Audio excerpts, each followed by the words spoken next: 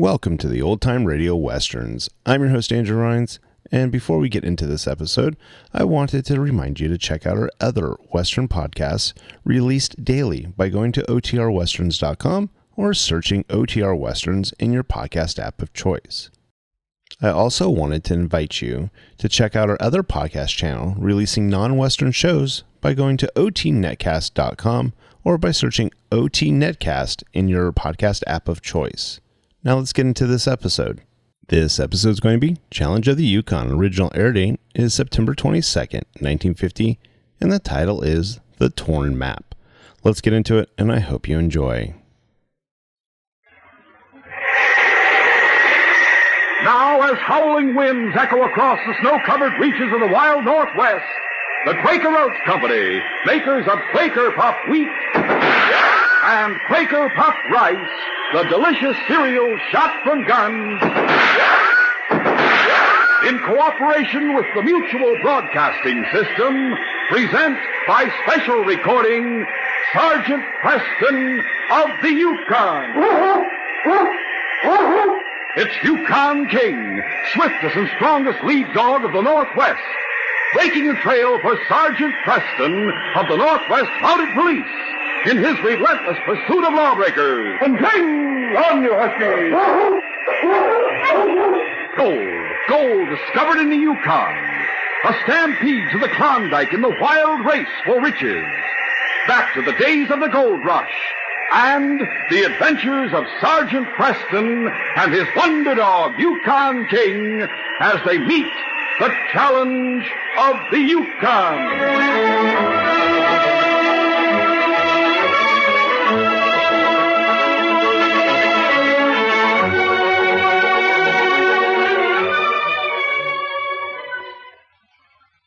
Say, junior high students, now's the time to start thinking about your career.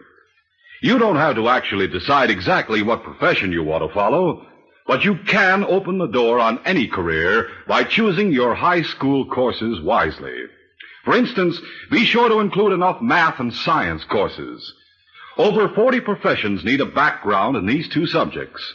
If you later decide that you want to study for medicine or engineering or teaching, then you'll be ready, and you'll be that much further along in college. In tomorrow's technical world, this training you get today will pay off in better jobs. Don't be afraid of math and science. It may seem a little tough now, but someday you'll be glad you got an early start.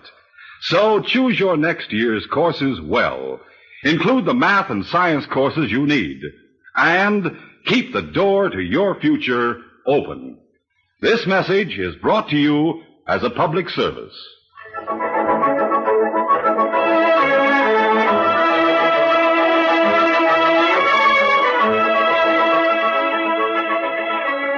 The doctor in charge of the Good Samaritan Hospital at Dawson City looked up from his desk as a stranger entered his office.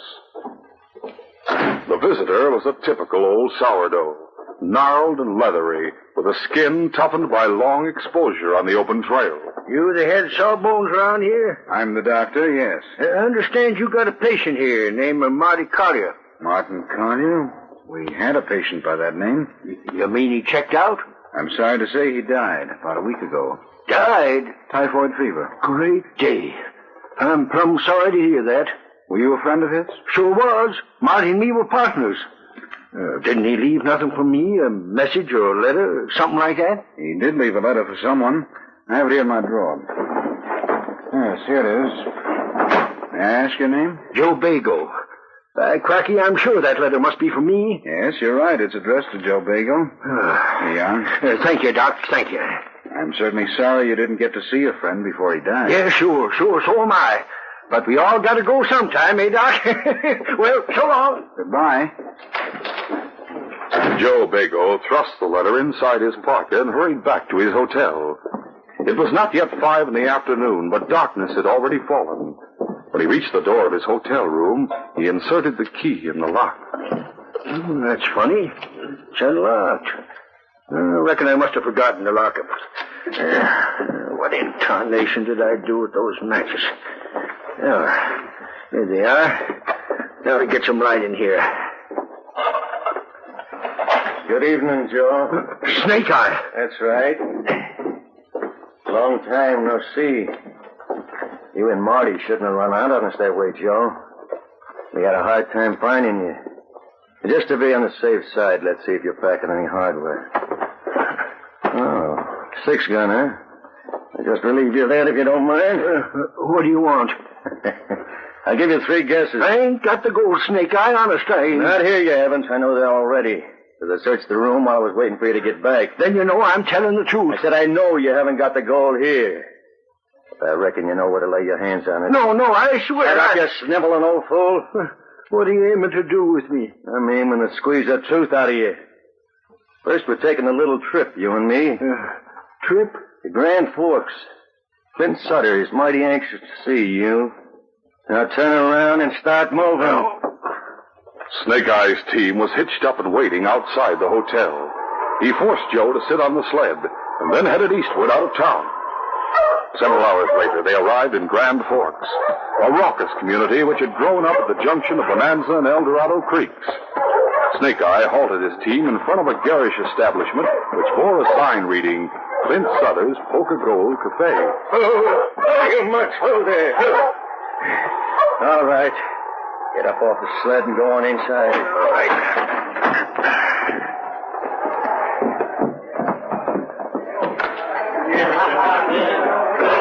Clint Sutter, a heavy-set, walrus-mustached man with a diamond stick pin in his tie, was standing behind the bar. His face broke into an evil grin as the 2 men approached.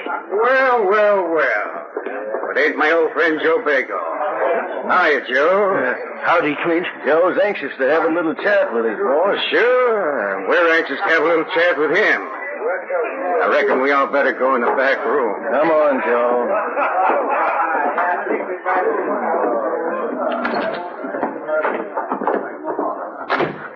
Sit down, Joe, and stop shaking. Yeah, sure. The way you're acting, a person might think you're scared.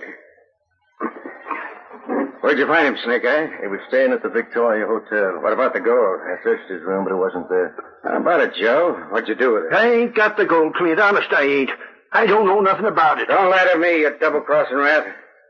I know very well you and Marty sneaked off with the gold that night when we made camp after the hole. No, you got me all wrong, Clint.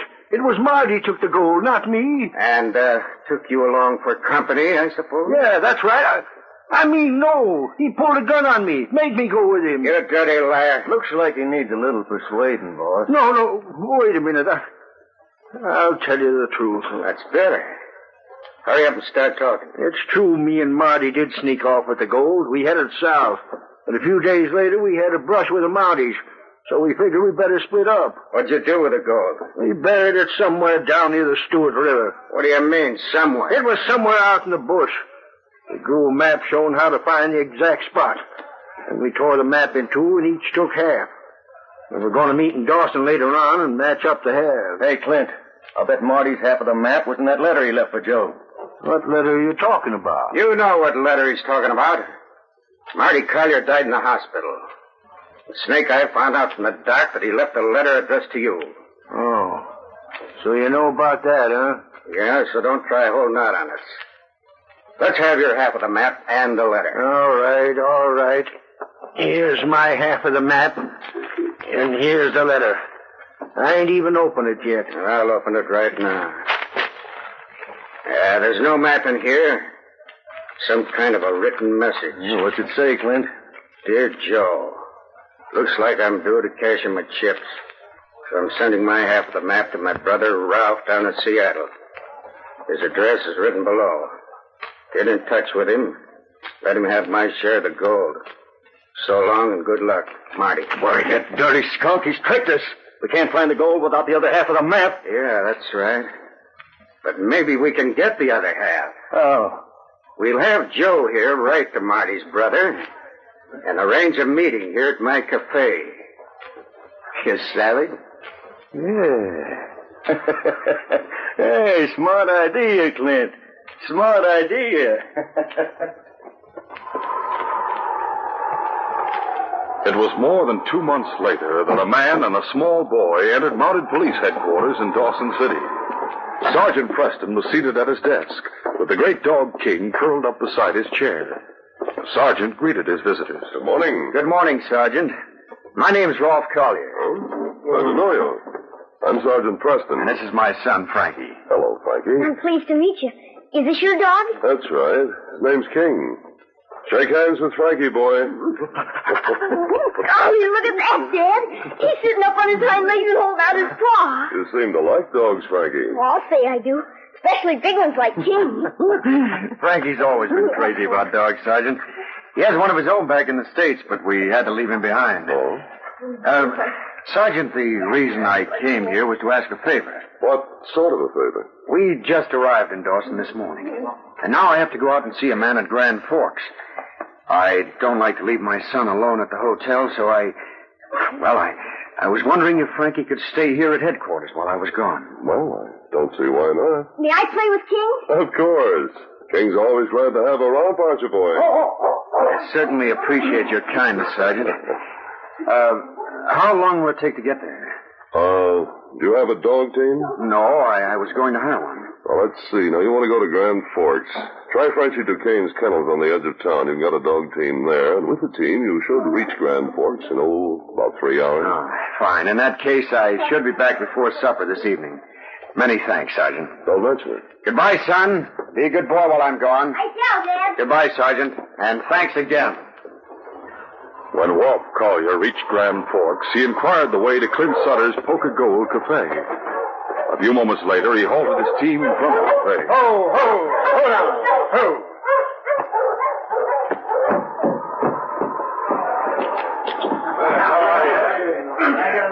Clint Sutter was standing behind the bar. I'm looking for a man named Joe Bagel. Joe Bagel? Say, you wouldn't be Ralph Collier, would you? That's right. Well, I'm mighty pleased to meet you. I'm Clint Sutter. How do you do? Joe's upstairs right now. He's been expecting you to show up one of these days. I tell you, you go in the back room and sit down. I'll go get him. All right, fine. Rolf went in the back room to wait. A few moments later, Clint Sutter and Snake Eye entered. Hey, this here's Joe Bagel. Joe, I'd like to have you meet Ralph Collier. The gent you've been expecting. Oh, howdy. Reckon you got that letter I wrote you. I got the letter Joe Bagel wrote me. What do you mean by that? Just what I said. You implying that I'm not Joe Bagel? That's exactly what I'm implying. According to my brother, Joe Bagel is an old man, nearly bald. You obviously don't fit the description. You're pretty smart, ain't you, Collier? Smart enough to know you two aren't on the level. Now, if you'll get out of my way, I'll be leaving. Hold it, mister. This gun says you're staying right here. And if you don't want him to pull that trigger, you better hand over the other half of the map.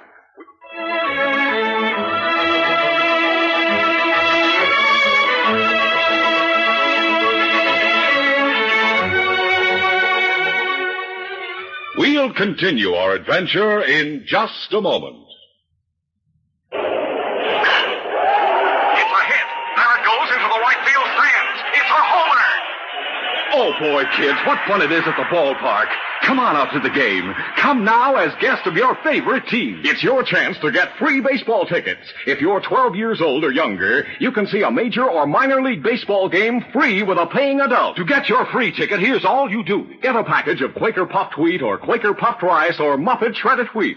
Tear off the box top and send with your name and address to Baseball, Box 5205, Chicago 77, Illinois. Details are right on the ticket. Don't lose a day. Hurry. For each free ticket, send a box top from Quaker puffed wheat or puffed rice or Muffet shredded wheat. Or get Quaker Paco 10, send the guarantee seal, and you'll receive 2 free baseball tickets. Write down this address quick before you forget. Baseball, Box 5205, Chicago 77, Illinois. Send right away.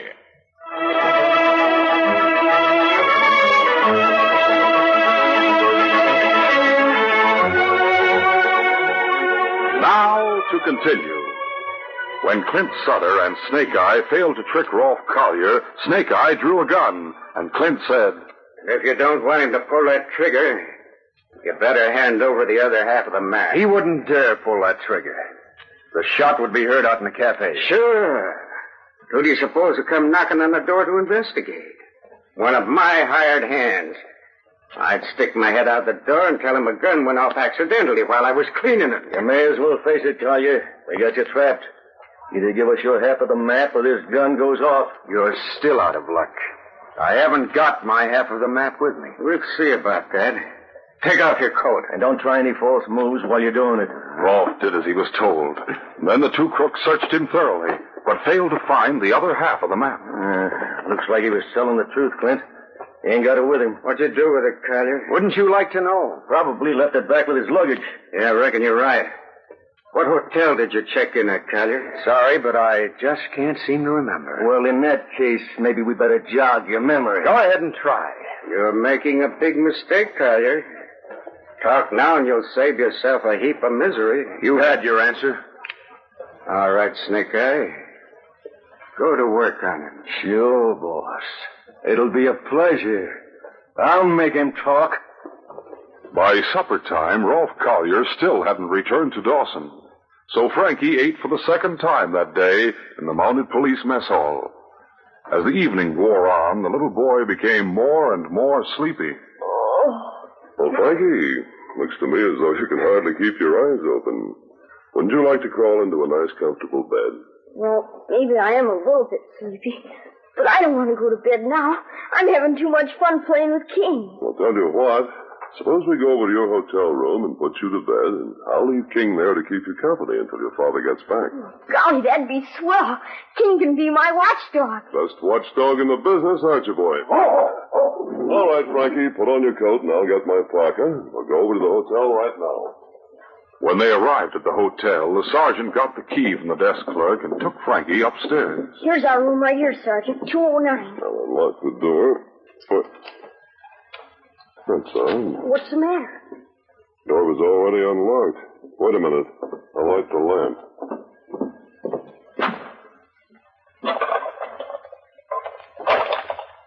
Golly, look, Sergeant Preston. The room is all torn up. Yes, I see. You didn't leave it this way this morning, did you? Oh, of course not. See, our suitcases are open and the drawers are pulled out. Our clothes are strewn all over. Apparently someone's ransacked the room in search of something. Was your father carrying any valuables? No, sir, not that I know of. Oh, he carries his money in a money belt. Oh. Do you know whom your father intended to see in Grand Forks? No, sir, he just said he was going to meet a man there. Do you have any idea why he came to the Yukon Territory? Golly, no, sir, I don't know that either. Except once he talked as though he expected to get a lot of money up here. Frankie, I don't think I'd better leave you here after all. What are you going to do?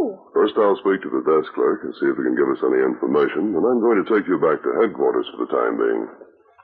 When the sergeant got back to mounted police headquarters, he left Frankie in the front office with King, and then went to see Inspector Conrad. Do you really think there's cause for worry, Sergeant? Well, frankly, I don't know what to think, sir. But I'm wondering if Collier himself may not have expected trouble. What gives you that idea? The fact that he left Frankie here at headquarters. When you stop to think of it, sir, it's rather an unusual thing to do. Perhaps he left Frankie here on purpose, knowing that when he didn't return, we'd start a search.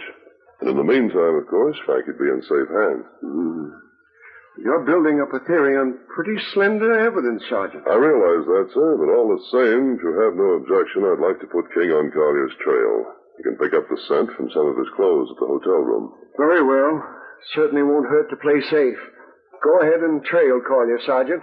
In the meantime, we'll keep Frankie here at the barracks. Thank you, sir. Come along, King. At that same moment, Snake Eye was reporting to Clint Sutter in the back room of the Poker Gold Cafe. Rolfe Collier, who was gagged and tied to a chair, looked on helplessly as Clint asked, Well, how about it? Did you get the other half of the map? Sure did, boss. Had to tear up the hotel room to find it. Yeah, I got it inside my pocket. Here it is. Let's see if it matches up with the other half. By thunder, it does. Looks like that gold is as good as ours. Well, Collier, we're mighty grateful to you for bringing this other half of the map all the way up here to Yukon Territory. Too bad it won't do you any good. How soon will we start out after the gold, Clint? Tomorrow morning? No, we'll leave tonight. Tonight? How come? Don't forget, we got to dispose of Collier here and Joe Bago. It'll be safer if we take him away from here tonight. What do we do with him? Kill him? Sure, we'll kill him eventually. First, we're going to make sure Joe ain't tricking us. The gold is really there. Once we get our hands on it, we'll plug the two of them and bury them right there on the spot, where no one will ever find their bodies. Good idea. All right, go on out and hitch up another team. I'll get supplies together. We'll hit the trail as soon as the sleds are loaded. It was nearly 2 o'clock in the morning when Sergeant Preston reached Grand Forks. The cafe was still running full blast. King followed Rolf Collier's scent into the cafe and headed straight for the back room. The barkeeper spoke to Sergeant Preston. What's up, Monty? I'm looking for a man named Rolf Collier. Apparently he came here and went into that back room. There's no one there now. I was in the back room just a minute ago. I'll look for myself if you don't mind. Go ahead. I'll come with you. I said I was. I told you it was empty. Clint Sutter was in here most of the evening. He had the door locked. Clint Sutter is the owner of this cafe? That's right. Where is he now? He left here a couple of hours ago. Told me he'd be gone for about a week. Out the back door, eh, fella?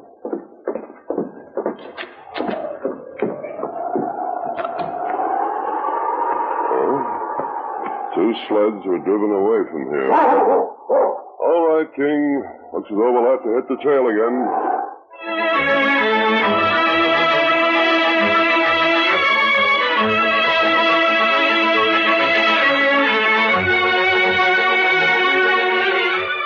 We'll continue our adventure in just a moment. Say, kids, picture yourself at the ball game right now. The bases are loaded with 2 outs. The star hitter steps up and you see him in person. You get the thrill of seeing him hit that homer. Get in on the fun. Come out to the ball game as guest of your favorite team. Yes, you can go free if you're 12 years old or younger and bring a paying adult like Mom or Dad. Here's how to get your free ticket. Get a package of Quaker Puffed Wheat or Quaker Puffed Rice or Muffet Shredded Wheat. Tear off a box top and send with your name and address to Baseball, Box 5205, Chicago 77, Illinois. By getting Quaker Paco 10 and sending the guarantee seal, you get 2 free baseball tickets. See 2 games free. Details are on every ticket. Hurry, send the box top from Quaker Puffed Wheat or Rice or Muppet Shredded Wheat or the guarantee seal from Quaker Paco 10. Send to Baseball, Box 5205, Chicago 77, Illinois. Don't wait. Send now.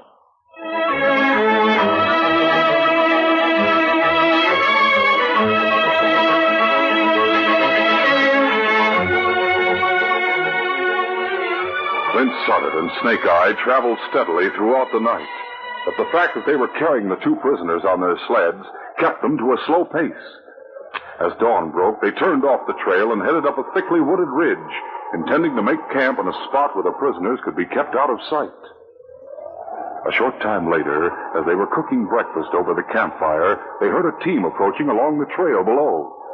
Snake Eye went to investigate and returned with an excited look on his face. Hey, Clint, there's a Mountie coming. A Mountie? Yeah, he turned off the trail and he's heading up the ridge. Big dog running ahead of his team. Looks like he's following a scent. Holy mackerel. You suppose someone reported that Collier was missing? I don't know, but we better not take any chances. What'll we do? For one thing, we'll carry Joe Bago back in the underbrush, where he'll be out of sight. You stay on guard over him. Make sure he's quiet while I'm talking to the Mountie. What about Collier? We'll untie him and take off his gag. Are you crazy? He'll spill the beans to the Mountie. Oh, no, he won't. Listen, Collier, when that Mountie gets here, you're going to make out like you come along on this trip for your own free will, you savvy? Snake Eye'll be hiding in the underbrush close by, covering you with his gun. And if you start giving the game away to Mountie, he'll plug the both of you. Several minutes later, Sergeant Preston arrived at the camp. Rolf Collier and Clint Sutter were seated around the campfire, apparently on friendly terms. Hello there, Sergeant. Hello, Rolf. I thought you expected to get back to Dawson yesterday evening. Oh, well, I did, but there was a change of plans. By the way, this is Clint Sutter, Sergeant Preston. Howdy, Sarge. Glad to know you. Rolf? Do you mind telling me why you didn't let us know you weren't coming back to Dawson? Well, as I say, there was a change of plans. When I talked to Clint, we decided... What What's the matter with that dog of yours? Probably caught the scent of a rabbit. Yeah. Reckon that must be it. Well, Rolf, I don't mind admitting I was quite worried about you. As he spoke, the sergeant casually pulled off his heavy mittens and put his hands on his hips. Out of the corner of his eye, he saw King heading toward a certain patch of underbrush. Suddenly, his gun streaked out of his holster.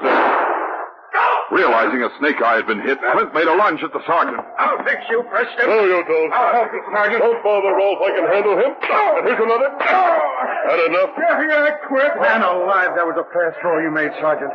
How did you know someone was in the underbrush? King's actions warned me something was wrong, then I saw the branches move. Watch him, King. Keep him down, boy. As for you, Sutter, get up on your feet. All right. Turn around while I put on these handcuffs, then I'll attend to your partner. A short time later, after the sergeant had released Joe Bago and applied first aid to Snake Eye's wound, he tied the latter's wrists securely. Then he turned to Rolf Collier and said, Now then, Rolf, suppose you tell me what this is all about. Well, to begin with, my brother Marty died in the hospital at Dawson a couple of months ago. Just before he died, he sent me a letter containing half of a map. Half of a map? Yes. It had been torn in two. In the letter, Marty said that the map showed where a fortune in gold had been buried. And he also said that a man named Joe Bago had the other half of the map. Go on. Well, not long after I received Marty's letter, I got another letter from Joe Bago himself. It said to come up to the Yukon territory and meet him at Clint Sutter's Cafe in Grand Forks. And when you got to the cafe, Sutter and Snake Eye took you prisoner. That's right. They'd already captured Joe Bago. They were going to get the gold and kill both of us. All right, Joe. Now it's your turn to talk. What about this buried gold? If I come clean, will you go easy on me, Sergeant? I'm not making any promises until I hear your story. All right. I reckon I may as well tell the truth. You'll find out anyway when you dig up the gold and read the label on the sacks. Belongs to the Yukon Express Company. Yukon Express Company? Wait a minute. The Express Company was robbed of $100,000 in gold last August. Is that the gold you're talking about? I reckon it must be, Sergeant. But I don't know nothing about the robbery. It was Clint and Snake Eye that pulled it. Me and Marty just took it away from them later on. Why, you dirty, sneaking liar. You were in on the hold-up with us. Doggone right you were. You and Marty both. It's a lie, Sergeant. Don't believe him. Sorry, Joe, but your story won't hold water. I happen to know that 4 men took part in that hold-up. You'll stand trial along with Sutter and Snake Eye. Now turn around and hold out your hands while I tell you this. Watch him, King. Sergeant, I had no idea Marty had been mixed up in any crime. Perhaps it's just as well that he went the way he did. This trip to the Yukon has sure been a mess. It's brought me nothing but grief. The trip served a good purpose, Rolf. Led to the recovery of the stolen gold and the capture of these trucks. Yes, but I quit my job to come here. I'll be broke by the time I get back to the States. No, you won't, Rolf. The Express Company posted a reward of $10,000. And I'll see that it's paid to you as soon as this case is closed.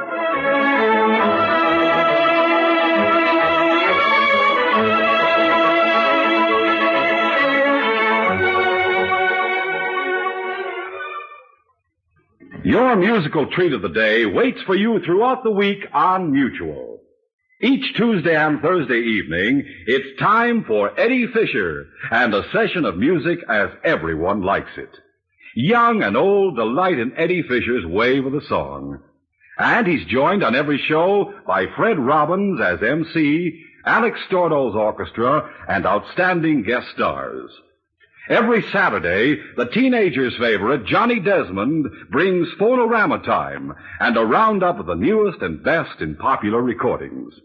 On Sundays, the Enchanted Hour presents favorite music from the world's best-loved composers. Every weekday also means time for Hawaii Calls and authentic melodies of the islands. Music fills Mutual's air throughout the week. Hear the Eddie Fisher Show, Johnny Desmond with Phonorama Time, Enchanted Hour, and Hawaii Calls on Mutual throughout the week over most of these stations.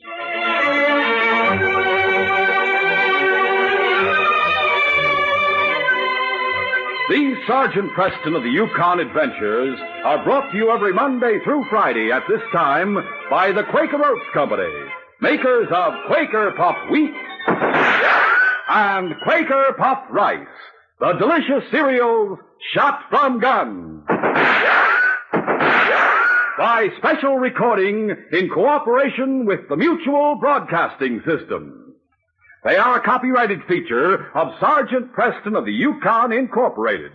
Created by George W. Trendle, produced by Trendle Campbell Muir, Incorporated, and directed by Fred Flowerday. The part of Sergeant Preston is played by Paul Sutton.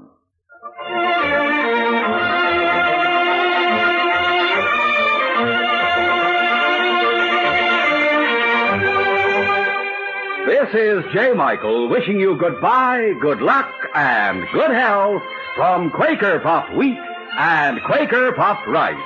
So long. This is Mutual, Radio Network for all America.